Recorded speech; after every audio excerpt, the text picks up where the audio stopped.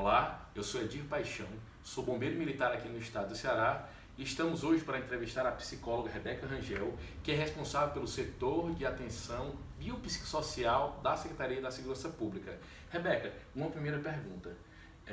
A profissão de profissional de segurança pública, da segurança pública, oferece risco para o suicídio?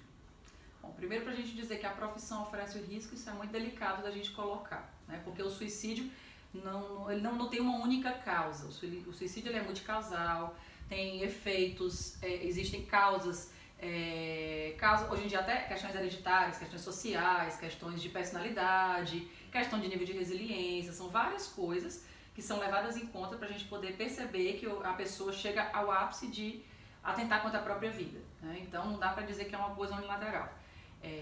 Mas o que é que a gente percebe hoje? Que existem algumas profissões, até segundo o Fórum Nacional da Segurança Pública, que mostram quais são as profissões que mais adoecem. Por exemplo, a gente falando de Brasil, quais são as profissões que a gente percebe que as pessoas mais adoecem, que as pessoas mais se afastam. E aí falando de questão, principalmente, questão física com questão psicológica também, certo? E a profissão do agente de segurança pública, ela sempre está entre as 5 que mais adoecem. Quais são as outras que estão inclusas? Por exemplo, a questão do pessoal da educação, principalmente os professores, o pessoal da saúde. Então, tem uma certa repetição, vamos dizer assim, uma associação com relação ao adoecimento. Sim, muda-se as posições de ano para ano, mas a gente percebe que fica mais ou menos sempre esses 5, né? Assim, fica mais ou menos entre os 5 primeiros essas profissões. E aí essa é a primeira questão. A segunda questão, né? Falar de adoecimento é uma coisa que não obrigatoriamente está relacionado, não obrigatoriamente vai levar a um suicídio. Então, porque existem vários adoecimentos que nem sempre vão culminar na ideação suicida, na tentativa, né? E na sua consumação. Então, mas quando a gente fala dessa questão dessas profissões, a gente tem que perceber o quê? A profissão do agente de segurança pública, seja policial militar, seja bombeiro, seja policial civil, perito, eles lidam com algo que é muito complicado, que é muito pesado, certo? São questões sociais. Além de tudo, existe a questão da arma, né, da presença da arma, existe o estresse do trabalho, jornada de trabalho, rotina, em alguns casos... Conviver com a dor do outro. Sim. Às vezes com dor e às vezes conviver com tudo aquilo que está meio desorganizado na sociedade.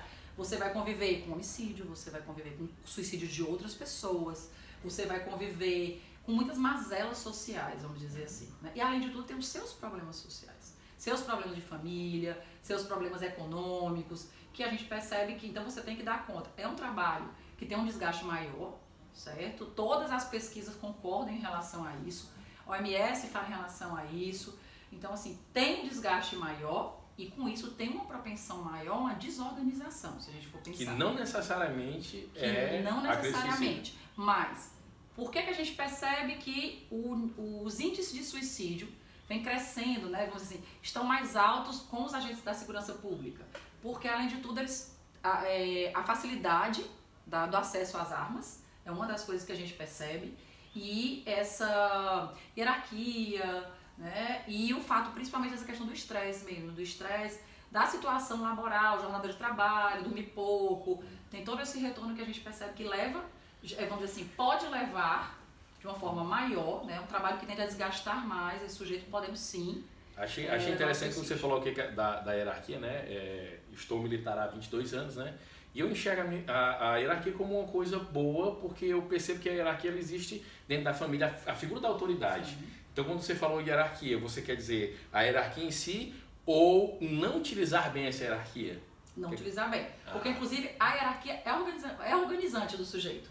É importante, das famílias existe hierarquia. A gente precisa ter regras, a gente precisa ter normas. Então, isso tem um lado muito organizador mesmo, mas também tem um lado que quando ele passa de certos limites... E quando a gente fala de hierarquia, eu não estou falando só hierarquia na parte militar. Porque a gente percebe que, por mais que não tenha um grau hierárquico, por exemplo, se eu sou inspetora de polícia, existe um delegado, né? Que tem um valor financeiro diferente, que recebe, que trabalha com questões que às vezes vai à rua, às vezes tem que fazer as outras funções da delegacia. Então a gente percebe que tem uma adoecimento sim. O bombeiro que vai fazer o resgate, né? Então o bombeiro nem sempre vai fazer salvamento, às vezes tem que fazer resgate. Então resgate de corpos, teve acidente, e aí cai um ônibus ali, quem é que vai chegar para fazer aquilo? É o bombeiro. que vai ver as pessoas mortas, vai ver as famílias chorando ao redor, entendeu? Então, assim, é bem complexo o trabalho, né? Então, isso gera, sim, né? Todas as pesquisas concordam em relação a isso. Então, é um conjunto de fatores. É um conjunto de fatores. Então, muitas vezes o que as pessoas chamam de causa de um suicídio, na verdade, é o gatilho. É o gatilho. É aquilo que... a gota d'água que transborda aquele copo que já estava no limite. Eu acho que ou é o gatilho, ou então às vezes ele vem sendo mais um fator adoecedor.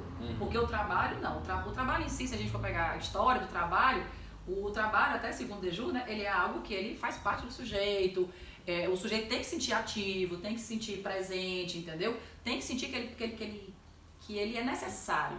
Então o trabalho, sim, ele pode ser algo que pode, vamos dizer assim... dá pulsão de vida, desejo de vida, dá saúde, equilibrar a saúde, promover saúde. Mas também pode adoecer, dependendo de como esse trabalho é realizado. Para quem não das sabe, exigências né, desse Dejoux, trabalho. né, Christophe Dejoux, né, um francês estudioso das relações do trabalho. Ok? Muito bem. Então, uma segunda pergunta que eu acho muito relevante. O que é a psicofobia e se você já identificou psicofobia entre profissionais de segurança pública? Bom, o que é a psicofobia? A psicofobia, inclusive, é interessante porque está tendo uma campanha agora do Conselho Federal de Psicologia no sentido de desmistificar um pouco o papel do psicólogo. O que é a psicofobia? É fobia em relação à figura do psicólogo. Tem gente que acha, e aí isso ainda existe muito, né? O psicólogo é aquele que vai cuidar de doido. Então quem vai para o psicólogo está precisando de tratamento, não está bem. Então existe vamos dizer assim, uma dificuldade das pessoas em lidarem, porque, e aí a minha visão, o que é que eu percebo? Porque além de tudo, se eu vejo que você, vamos dizer assim, você está adoecendo, você trabalha comigo, eu começo a pensar, inclusive, que eu também posso adoecer, se a gente faz a mesma atividade. E a gente percebeu isso, inclusive, nos casos de suicídio, né? Vamos dizer assim, teve um policial que consumou o suicídio e os outros começaram a perceber, poxa, ele trabalhava com a gente, ele era organizado, ele tinha tinha uma vida boa, será que isso pode, como se fosse assim, isso pode pegar? Como se fosse contagioso, né? E aí, quando diz, eu tô indo pro psicólogo, a gente percebe que existe sim uma dificuldade social. E aí eu não acho que é só a gente da segurança pública, entendeu? As pessoas de todas as classes, de todas as situações financeiras, vamos dizer assim, sociais, educacional mesmo, a gente percebe que tem essa dificuldade, né? Quem vai pra psicologia, quem vai pra psicólogo, tá procurando porque tá doido. E a gente vem querendo quebrar isso no sentido que o psicólogo, em vários tipos de atuação, ele pode ser assim, um parceiro para a prevenção. Excelente, eu já ia perguntar isso, né? Se eu posso recomendar psicoterapia, né, para pessoas que não estão necessariamente adoecidas mentalmente. Sim. Ela pode ser utilizada de forma preventiva. Sim. Excelente, porque é o tema, né, nosso hoje aqui, prevenção de suicídio. Então, eu posso me utilizar da psicoterapia para prevenir suicídios. Até por causa da crise, porque a crise não obrigatoriamente ela vai ser uma coisa que vai ser causada por algo ruim. Quando a gente fala do suicídio, a gente tem que falar da crise, né? E a crise não... Pode ser uma adaptação, uma mudança. Isso. Pode ser um filho, uma pessoa que engravida e aí ela vai ganhar algo, né? Então, assim, a crise por ganho e aquilo desorganiza a pessoa. E pode ser a crise por perda. Então, vamos dizer assim, perdeu um filho. Então, perdeu um trabalho. Tem que se compreender isso. E às vezes, quando você passa por uma crise, que você tem a possibilidade de falar com alguém, de elaborar sobre isso, você tem vamos dizer assim, uma possibilidade de adoecer muito menor. Então, existe, em geral, existe na segurança pública, porque além de tudo, existe uma questão vamos dizer assim, do corpo, né? A instituição tem uma questão de corpo. Então, assim, o que é que a gente percebe? A gente percebe que eles têm, por exemplo, eu estou no batalhão, aí uma pessoa procura o psicólogo. Que eu trabalho há 14 anos. Eu comecei como psicóloga voluntária no batalhão de choque da Polícia Militar daqui. E aí, depois eu passei pelo presídio militar e agora eu tô trabalhando na secretaria, né? Então, assim, você vai ver perspectivas diferentes de pessoas procurarem, não quererem que ninguém saiba. Então, até isso, mas a gente tem um setor que fica dentro de uma secretaria, a gente tem um setor, a psicóloga vai lá, vixe, vai falar com o psicólogo. Quando eu entrei lá, que alguém dizia que ia falar comigo, todo mundo brincava, mas na verdade todo mundo ficava curioso. Eu via que tinha uma questão muito assim, será que ela vai conseguir ler o que eu tô pensando? Será que ela vai ler o que eu tô sentindo? Será que porque eles acham que a gente tem uma bola de cristal, né? Assim, consegue não ler eles, todo pensamentos mundo acha ocultos, isso, né? E por causa disso, eu acho que tem um medo. Sim, de tocar na ferida, tocar no que tá doendo, tocar... E assim, ela vai olhar pra mim, ela vai perceber que eu não tô bem. Então, tinha isso, ainda existe, certo? Mas eu acho que é algo que vem melhorando, porque a gente vai mostrando justamente que o objetivo é outro. Importante, eu você falando, eu me lembrei, né? A questão do adoecimento físico. Quando alguém está com o braço quebrado, com gesso, aí você vai, coloca o nome e tal, você se aproxima, Sim. quer deixar a sua marca. Você se relaciona com uma dor do outro Sim. ali, física. Mas quando é mental, né? Eu acho que é muito desconhecimento realmente, como ficou aqui, né, deduzido da sua fala. Muito bom. Estamos chegando ao final da nossa entrevista, né? Nossa penúltima pergunta, né? Quais ações de prevenção ao suicídio para profissionais de segurança pública você recomenda? Você conhece, né, e recomenda? Sim. No Brasil, a gente tem fazendo ações totalmente diferentes. A gente não, eu tô dizendo assim, a gente, o corpo de profissionais, a gente vai ter até um seminário agora em Salvador, né, em agosto. E esse seminário vai ser para profissionais de saúde que trabalham nas polícias militares e nos bombeiros militares. Então isso está crescendo, as pessoas estão se juntando mais, a gente fica sabendo quais são, o que é que tá dando certo, o que é que pode ser melhor, porque cada realidade é uma realidade, por mais que tudo seja polícia e tudo seja bombeiro. E o que é que a gente percebe? Que a prevenção ela é muito mais ampla do que a gente imagina. Então a prevenção pode ser, às vezes, você realizar uma roda de conversa, seja no local de trabalho, seja ele indo para lá para participar, porque ainda tem um detalhe, né? Na escala de serviço, às vezes ele tem uma escala tão complicada, tão cansativa, que quando ele pensa que ainda vai ter que ir para outro canto, para fazer atendimento, para poder falar, isso complica. Então a gente tem que fazer uma adequação, é um público que tem que ter uma adequação. Então a gente percebe o quê? Todo um cuidado em prevenção e em pós-venção, vamos dizer assim, cuidado mesmo, em tratamento, em acompanhamento. A gente não gosta muito da palavra tratamento, porque tratamento dá a ideia de cura. E quando você está indo, justamente, se eu trabalho com cura, eu estou querendo dizer que eu estou trabalhando doença. E não obrigatoriamente trabalhando doença, pode ser uma crise, né? Adaptação. Pode ser uma adaptação. Então, existem vários tipos, por exemplo, aqui na secretaria, como é que a gente trabalha? A gente trabalha com atendimento psicológico, individual e em grupo. A gente faz plantão psicológico também para questões mais de crise, mais de emergências mesmo. Então a gente recebe essas pessoas, às vezes, quando elas estão precisando falar, e às vezes quando ela está tão angustiada que ela cria coragem, vai e fala.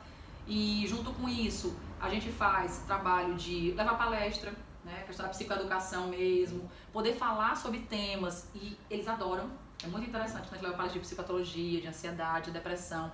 Eles ficam interessados, porque eles não conhecem isso. E até a própria profissão, quando você vai chegar lá para abordar alguém, se for um suicida, né, vamos dizer assim, um potencial suicida, um tentante, a gente vai ver que a gente tem que entender quem é aquela pessoa, né? Ele está ali num quadro mais depressivo, ele está num quadro, ele está tendo alucinação, delírio, então tentar compreender isso, entendeu? Uma pergunta interessante, Rebeca, né? Acho que foi mais focado nessa questão da prevenção, né, de suicídios. Quando eu estou promovendo saúde, eu estou também fazendo prevenção de suicídios, na sua opinião? Sim. Então, o lazer, esporte, educação física, ginástica laboral, parar um pouquinho na hora do trabalho. A gente fez também, por exemplo, levou musicoterapia. Então, além de levar a questão da terapia, levar a música como instrumento, parar um pouquinho, leva o instrumento musical. Eles têm ali meia hora, a gente fez isso no batalhão da polícia daqui, a gente fez isso numa delegacia daqui também. Então, a possibilidade de estar trabalhando outras coisas, eu não quero falar, mas eu tenho a possibilidade, às vezes, de tocar, de entrar em contato com coisas minhas, porque quando eu canto, eu me lembro da música que me remete a alguma coisa, e a gente vai quebrando, inclusive, esse estigma da psicofobia, sabe? Mas esse acompanhamento pode ser muito maior. Tem gente que faz, por exemplo, em alguns estados está tendo um crescimento de acompanhamento para tentar evitar o burnout. O que é o burnout? É aquele estresse quando ele chega numa escala máxima de esgotamento, né? O próprio nome já diz burnout. Se a gente colocar a figurinha, né? É uma cabecinha de fósforo queimando. Então, assim, é a pessoa que se consome. E acontece muito com agências de segurança pública. Por quê? Por causa da escala de trabalho. Quanto mais, inclusive, ele busca ser um bom profissional, mais ele vai querer se doar, vai deixar de almoçar, deixar de jantar. Então, isso vai gerando um esgotamento. Importante encontrar um equilíbrio, né? Aí a gente vai pesquisando isso em relação a estresse, em relação a suicídio. Vamos falar sobre isso, mas falar de uma maneira organizada e falar sabendo o que está falando, né? Doenças, de uma maneira geral, a gente poder levar, que parece que não tem nada a ver, por exemplo, a gente poder levar a questão de ações de saúde, de fazer exame de sangue, buscar o quê? Buscar levar um nutricionista, porque tudo isso está relacionado. Seu autocuidado, né? Sim. Porque se eu me cuido bem e eu me sinto bem comigo mesmo, eu tenho uma tendência a conseguir lidar melhor com os meus problemas, né? E a questão de trabalhar a resiliência. Uma das coisas que a gente está propondo aqui no Ceará é começar a trabalhar não só o desgaste, o estresse, mas a resiliência. Porque é justamente isso. A resiliência é uma palavra, inclusive, que vem da física, né? Que tem a ver com essa questão da capacidade, né, de sofrer forças, né? Isso, a partir das forças que a gente coloca no objeto, o quanto ele vai se modificar, né? A flexibilidade dele, Sim. a maleabilidade, né? A maleabilidade do poder material. voltar ao normal, né? Não ficar deformado, voltar, né? Passa por aquela pressão e depois e ele consegue se reequilibrar, né? Você vai passar pela crise, né? você vai mudar, você vai ficar mal, depois vai ficar bom e você vai conseguir, inclusive, ficar melhor. Segue em frente. Né? Vai seguir em frente. Aquilo que não nos mata nos faz mais fortes, né? Como diria Nietzsche, né? Pra terminar, né? Peguei gosto aqui, queria conversar mais, a gente sabe que o tempo, né? Agradeço demais, foi extremamente enriquecedor. Mas por fim da sua experiência, Rebeca, você conheceu profissionais de segurança pública que venceram a crise suicida? Sim, sim. Até porque a crise, muitas vezes, 90%, até quando a gente pensa na crise, né? Muitas vezes as pessoas não querem se matar. A maior parte das pessoas que tentam se matar, e aí eu aprendi até com um professor, né? Porque eu fiz um curso com o Major Edi, ele tem um curso de abordagem técnica, né? Da questão do suicídio. Estamos agora com atendimento no geral, Sim. Não somente abordagem técnica, mas Sim. negociação, a escuta ativa, a comunicação não violenta. Está abordando tudo isso agora no nosso curso de atendimento tentativo de suicídio. E aí quando a gente estava conversando sobre isso, falando do suicídio, tentando entender como é que é essa questão do suicídio, a gente percebe que a maior prevalência que tem é das pessoas que estão naquela ambiguidade. Né? Ambivalência. A ambivalência, né? Assim, eu quero, mas eu não quero, eu tô desesperado. Quer matar a dor, Eu quero matar a dor, mas será que matar a dor é morrer? Não é me matar. Mas a gente percebe até isso em questão de automutilação. Porque às vezes as pessoas começam com outros sofrimentos, outras autoflagelações, né? Assim, menores para chegar ao suicídio. E então tem pessoas que se flagelam e dizem, por exemplo, eu me corto, porque quando eu corto a dor física, ela tampona um pouquinho, diminui um pouquinho aquela dor. Uma transferência psicológica, de dor também. Sabe? Assim, eu prefiro sentir uma coisa que eu tô aqui do que sentir esse mal-estar. Né? Então, quando a gente vê as pessoas, aí voltando, né, que eu começo a me empolgar, que eu fico pensando aqui. Então, já atendi várias pessoas, porque vieram ideações suicidas, no sentido de que vieram ideações, vieram tentativas, né? Então tem pessoas que já tinham tentado e aí a gente queria, já entra, porque se você já tentou, quer dizer que você já teve a ideação muitas vezes, risco, né? Então tem um risco maior, se você tentou uma vez, tem uma grande probabilidade de você tentar novamente.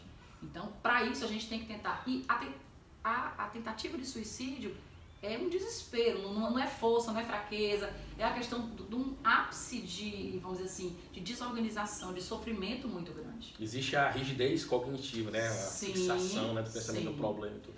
Então vale a pena intervir, né? Vale a pena intervir, inclusive 90% dos casos podem ser evitados, né? Uma vez que é dito pelo OMS que 90% desses casos estão atrelados a um adoecimento mental, um transtorno.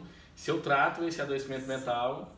Como consequência, nós estamos salvando vidas. O problema dele não é o suicídio. O suicídio, na verdade, é algo que está presente ali, que é uma opção. É onde está chegando. É uma solução. Como é que a gente poderia dizer? Às vezes a única que parece para ele, né? Parece para ele. Então, se a gente chega e conversa, dialoga, a gente vai estar conseguindo quebrar, né, essa rigidez cognitiva. Qualquer crise, na verdade, se a gente for olhar, qualquer crise que você tem, o problema não é a crise. O que está causando a crise que é o problema. Então, se a gente vai lá atrás, se a gente busca, essa pessoa tem a possibilidade de elaborar, de pensar, de ver outras possibilidades da vida, né? E aí a gente está possibilitando que esse sujeito pense em outras coisas e que o suicídio não seja a única saída.